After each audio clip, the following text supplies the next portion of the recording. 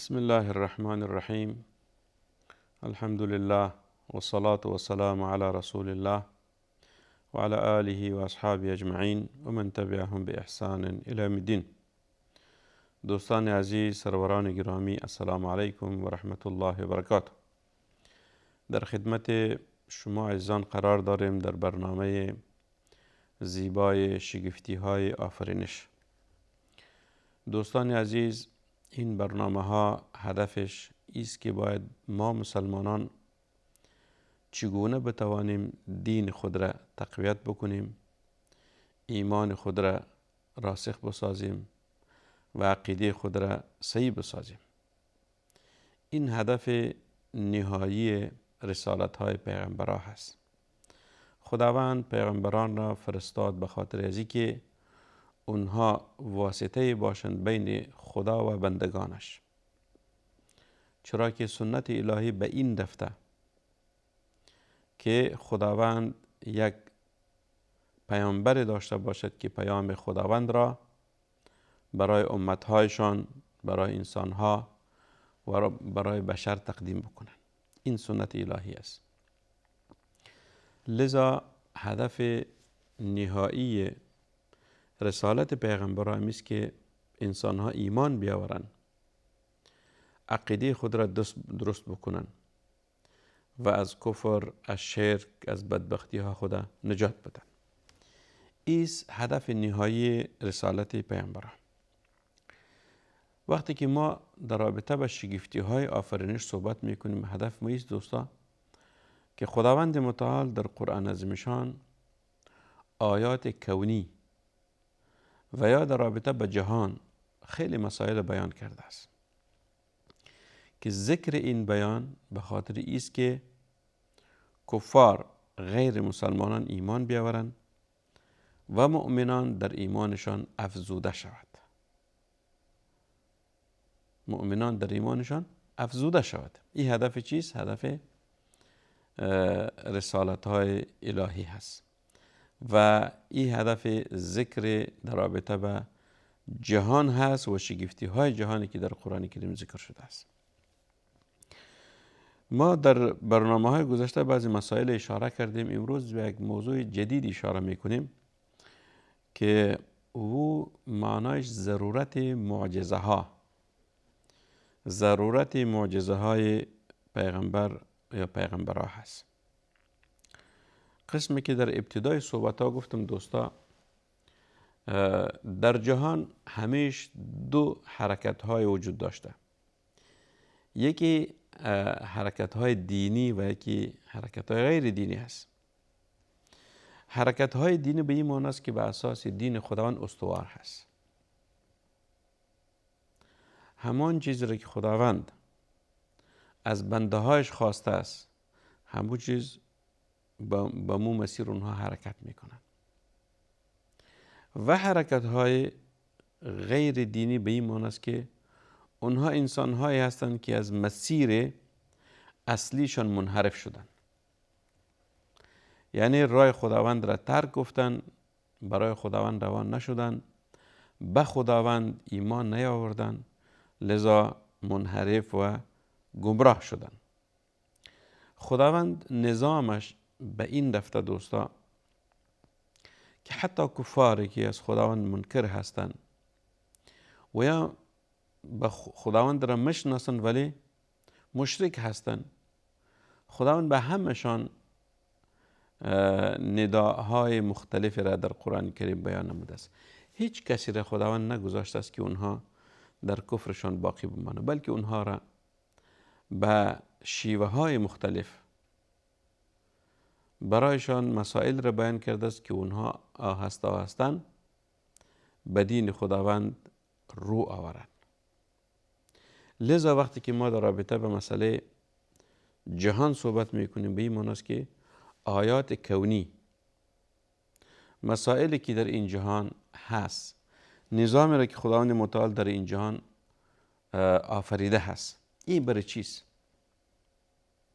این نظامی که ما میبینیم، شب است، روز است، آسمان است، زمین است و کائناتی که در آسمان است و در زمین است و مخلوقات لامرئی که حتی از دید ما پنهان هست. این همش برای چیست؟ چرا خداوند متعال اینها را آفریده هست؟ هدفش است که این جهان خداوند متعال به خاطر انسان آفریده است و انسان خداوند به خاطر عبادت و پرستش آفریده است. لذا در طول تاریخ بشریت، یعنی از بدو خلقت انسان ها، سلسله پیامبران وجود داشته که خداوند متعال برای اقوام مختلف در زمانهای مختلف در جاهای مختلف پیامبران مختلف فرستاده است. حتی بعض اوقات چنین شده است که در یک وقت و در یک جا چند پیغمبر وجود داشته. در یک وقت در یک جا چند پیغمبر وجود داشته. مثلا خداوند برای فلانی قوم یک پیغمبر فرستاده، برای فلانی قوم پیغمبر دیگر را فرستاده. به طور مثال، مثلا وقتی که ما پیامبری به نام ابراهیم علیه السلام، ابراهیم علیه السلام یک پیامبر اولوالعزمی بود که او را حتی ابوالانبیا هم میگوین. ابوالانبیا یعنی سلسله نسل های پیامبران اکثرش به ابراهیم علیه السلام میرسد. ابراهیم علیه السلام پیغمبر هست. خداوند برش 2 فرزند داد. یک فرزندش اسحاق علیه السلام است، یک فرزندش اسماعیل علیه السلام هست. از نسل اسحاق علیه السلام تمام پیامبران بنی اسرائیل شده است. خداوند اونها را مبعوث کردن. از نسل اسماعیل علیه السلام تنها یک پیغمبری بوده که او محمد صلی الله علیه وسلم بوده، رسول خدا صلی الله علیه وسلم بوده. پس ابراهیم علیه السلام پیغمبر هست و 2 فرزندش پیغمبر هست. بدون شک اونها معاصر بودن. نه تنها این 3 پیغمبرها هستن، بلکه یک پیغمبر دیگری هم در عصر ابراهیم علیه السلام وجود داشته که او را لوط علیه السلام میگوین. لوط علیه السلام او هم موجود بود. وقتی که ابراهیم علیه السلام میگه خداوند او را از فرزند محروم کرده بود، وقتی که بشارت فرزندی ابراهیم علیه السلام توسط فرشتگان برشان داده شد، قسمی که قرآن کریم او را چی کرده است، او را بیان نموده است. میگه وقتی که پیامبران فرشتگان به چهره انسانها خانه ابراهیم علیه السلام آمدن، میگه یکی از صفات ابراهیم علیه السلام ای بود که بسیار مهمان نواز بود. حتی در عربها در قدیم الزمان عادات بسیار خوبی عربها داشتن. یکی از صفاتشان کرم بود، سخاوتمندی و مهمانداری بود. و یکی از شیوه های مهمانداری اهل کرم ایست که میگه وقتی که میمان خانه شما آمد، از اون نپرسین که غذا خوردین یا نخوردین، غذا بیارم یا نبیارم، نخیر. عاجل میگه اگر وقت غذا بود اقدام کنین به چی؟ به آوردن غذا. ابراهیم علیه السلام 3 مهمان آمده در خانهش نشسته است و مهمانهای ناشنا هست، نمیشناسه اونها را. میگه عاجل خانه رفت، اونجا مثلا چوچه گاوی بود، او را ذبح کرد و او را پخته کرد. فجاء بعجل حنیذ، یعنی امو گوساله، ما میگیم گوساله پخته شدگی را آورد به مهمانا تقدیم کرد. میگه وقتی که غذا را برای فرشتگان تقدیم کرد، انسان ها بودن به شکل انسان ها، ولی نمیدانست که اینها فرشته است. در اینجا بسیار مسائل زیاد دیگری هم از دوستا. یعنی اول موضوعی است که حتی پیغمبر غیب نمیدانه. مثل که دیگه عصر فیلی ما بعضی انسان های منحرف گمراه داره میگوین که انسان هم غیب میدانه، فلان شخص غیب میدانه، از قلب تو خبر هست. این همش دروغ از دجال هست. غیب تنها از خصوصیات خداوند هست و آنچه که در قلبهای انسان هست تنها او را خدا میداند و دیگه هیچ کس نمیداند. ابراهیم علیه السلام که پیغمبر اولوالعزم است نمیدانه که 30 میمان کی است. به شکل انسان ها آمده ولی فرشتگان هستند. میگه وقتی که گوساله پخته شده را برشان تقدیم کرد، اونها چی کردن؟ اونها دست گرفتن، یعنی نخوردن. چرا که فرشتگان چیزی نمیخورن که نخوردن. فاوجس منهم خیفه، ابراهیم علیه السلام ترسید. چرا؟ به خاطر از که عادات در همون عصر و زمان یا در قدیم و زمان ای بود که وقتی که میمان خانه شما آمد و شما برش غذا تقدیم کردین و او غذای شما را نخورد، در اینجاست که صاحب خانه احساس میکنه که این میمان به خاطر یک کار بد آمده است. مثلا یا شاید مرتکب قتل شوه یا مرتکب ترور شوه یا به خاطر یک خبر بد آمده. این چی بود؟ یک عرف عادات بود در قدیم زمان که میمان در خانه نان نمیخورد، به این معنی است که او به خاطر یک هدف غلط آمده است. لذا ابراهیم علیه السلام خداوند متعال در موردش میگوید که فاوجس منهم خیفه. فاوجس منهم خیفه یعنی ابراهیم علیه السلام از اونها ترسید که چرا نان مرا نخورد، شاید دشمن باشه. اما بود وقت که ابراهیم علیه السلام فاوجس منهم خیفه، عاجل دیگه فرشتگان میگه خدا برش معرفی کردن که ما انا مرسلون، یعنی از جانب خداوند ما بر تو آمدیم، یعنی ما فرشتگان هستیم. و این فرشتگان به خاطر دو چیز آمده بودن. هر دو چیز برای ابراهیم علیه السلام خبر دادن. اولی که بشارت فرزند ابراهیم علیه السلام، فبشرناه باسحاق نبی من المرسلین. فبشرناه باسحاق یعنی ابراهیم علیه السلام میگه بسیار کلانسال شده بود و زنشان بسیار کلانسال شده بود. در کلانسالی یعنی بسیار تقریبا خلاف عرف و عادت است که یک انسان شود فرزند خداوند برایش بدهد. یعنی خداوند میتواند بدهد ولی خلاف عرف و عادات هست. میگه وقتی که زن ابراهیم علیه السلام یا همسر ابراهیم علیه السلام شنید که این فرشتگاه برشان چی کردن؟ بشارت دادن، مژده دادن، مژده فرزنده. فسکت وجهها یعنی دست خود در پیشانی خود زد. از چی؟ از بسیار تعجب و از بسیار خوشحالی. فسکت وجهها فقالت عجوز عقیم.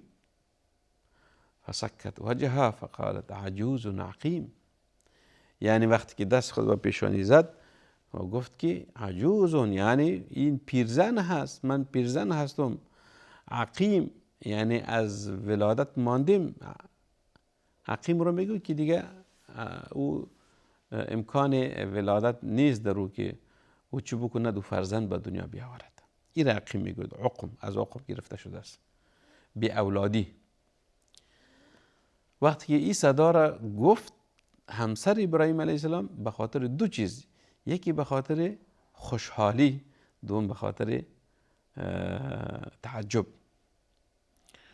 و خبر دومی ای بود که میگه بر ابراهیم علیه السلام این فرشتگان گفتن یک هدف ما ای بود که پیش تو آمدیم این بشارت دادیم، بشارت فرزنده که یک چی است، یک نویدی بود برای این خانواده. دوم برشان گفت که این مهلکو هذه القریه، برای تو بشارت دادیم ولی بعد از خانه تو بیرون می رویم، اونجا میریم به قوم لوط علیه السلام. به خاطر هلاکت قوم لوط آمدیم. همونجا بود وقت که از خانه ابراهیم علیه السلام بیرون میشون، میرون به قریه یا منطقی که اونجا لوط علیه السلام و قومش بود. و حتی در بعض روایت میاد که در همین سه فرشتگان یکیش جبریل علیه السلام بود. باز میره و قوم لوط هلاک میسازن.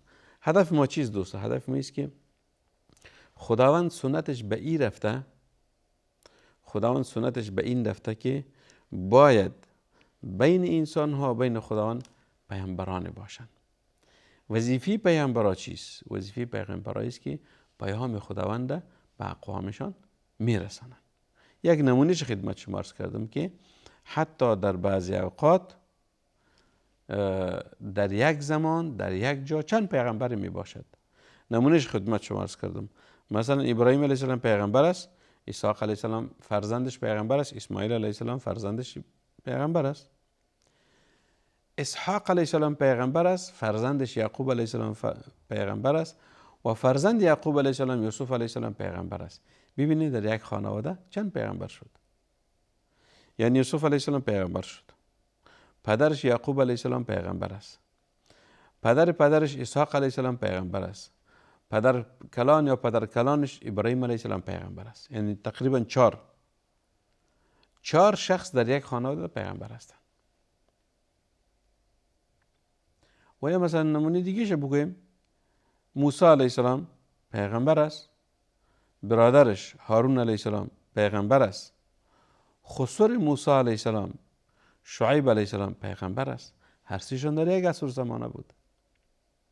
یعنی شعیب علیه السلام پدرزن موسی علیه السلام بود یا خسر موسی علیه السلام بود، چرا که دختر خود به ازدواج موسی علیه السلام داده بود.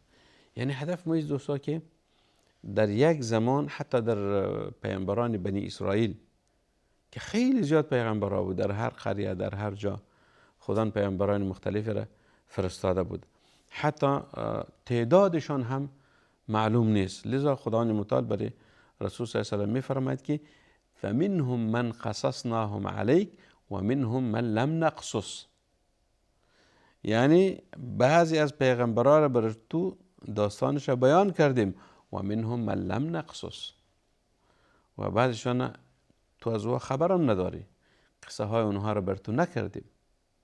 لذا یک بخش قرآن کریم بخش قصصی هست، یعنی داستان گذشتگان و داستان پیغمبران را برای ما بیان میکند که فلان پیغمبر در کجا بود، چی کرد، چگونه پیغمبر شد. این چی بود؟ این تقریبا سنت الهی به این رفته بود که در هر عصر و زمان خداوند متعال پیغمبران مختلفی را مفرستادن. تنها یک پیغمبر که او پیغمبر آخر زمان بود و او رسول الله صلی الله علیه وسلم بود، در زمانش یک پیغمبر بود که دیگه ختم نبوت به همین پیغمبر آخر زمان شد و دیگه این سلسله قطع شد و خداوند اسلام دین آخر زمان قرار داد، قرآن کریم دین امت آخر زمان قرار داد و رسول صلی الله علیه وسلم خاتم الانبیاء والمرسلین قرار داد. پس این سلسله به نبوت و رسالت رسول علیه السلام به پایان رسید، ولی این دین باقی هست و قرآن که خداوند متعال برای پیغمبرش داده بود او باقی است تا که این جهان باشد. این تقریبا به شکل مقدمه دوستا در رابطه با یکی از مسائل مهمی که بر جهان ارتباط داشت، مسائل معجزه پیغمبرها بود که او انشاءالله در برنامه های آینده خدمت شما عرض میکنیم. و صلی الله و سلم و بارک علی سیدنا و نبینا محمد صلی الله علیه و سلم.